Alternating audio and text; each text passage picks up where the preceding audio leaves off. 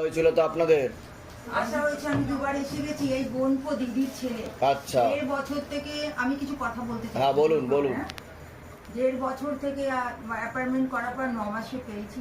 আচ্ছা। একদম জিরোতে ছিল ছেলে, জিরো। তারপরে বাবা বাইরে এসেছিলাম, সবার মুখে শুনছি, বুঝতে পারছি না। তারপরে বলে ঠিক আছে বাবার ফটো প্রতিষ্ঠা দিদি এখান থেকে ফটো প্রতিষ্ঠা করে নিয়ে গেল, হয়ে গেল ঘরে বাবা সব বসিয়েছে।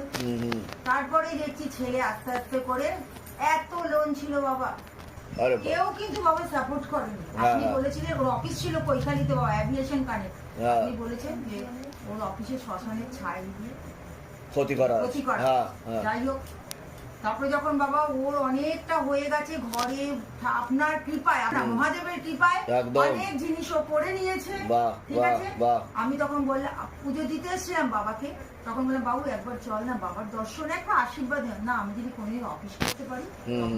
খুব ভালো বললাম বাবা, ছেলে বলছে অফিস করো। আপনি বলেছিলেন এই ঝামেলার আগে, আপনি বলেছিলেন যে এই বছরই অফিস করবে। বাবা ও অফিস করেছে, ও এখন পুজো দিতে এসেছে। তুমি খুশি তো?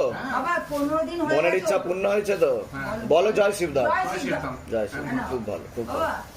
অফিস রেডি, ও বসতে চাইছে না, বলছে না বাবা যা দেবে আমি সেই নিয়ে বসবো। বাবা এখন আমি চাইছি বাবা ওর অফিস জানি ক্ষতি না হয়। না সেটা আমি বলে দিচ্ছি। অফিস আছে এয়ারপোর্টে, যাতে ওর স্টুডেন্টরা আসে, সেটা আমি বলে দিচ্ছি। আচ্ছা বাড়িওয়ালা ভাড়া দিতে পারে ও, যাতে ঠিক আছে ওর জানি কেউ ক্ষতি না করে। ওই কিন্তু আমাদের গাছ, একদম একদম, ঠিক আছে, নিশ্চয়ই ও করলেই আমরা খেতে পারবো। নিশ্চয়ই, ঠিক আছে বাবা? নিশ্চয়ই। আচ্ছা তুমি না বাবা চলে যাও বাবাকে।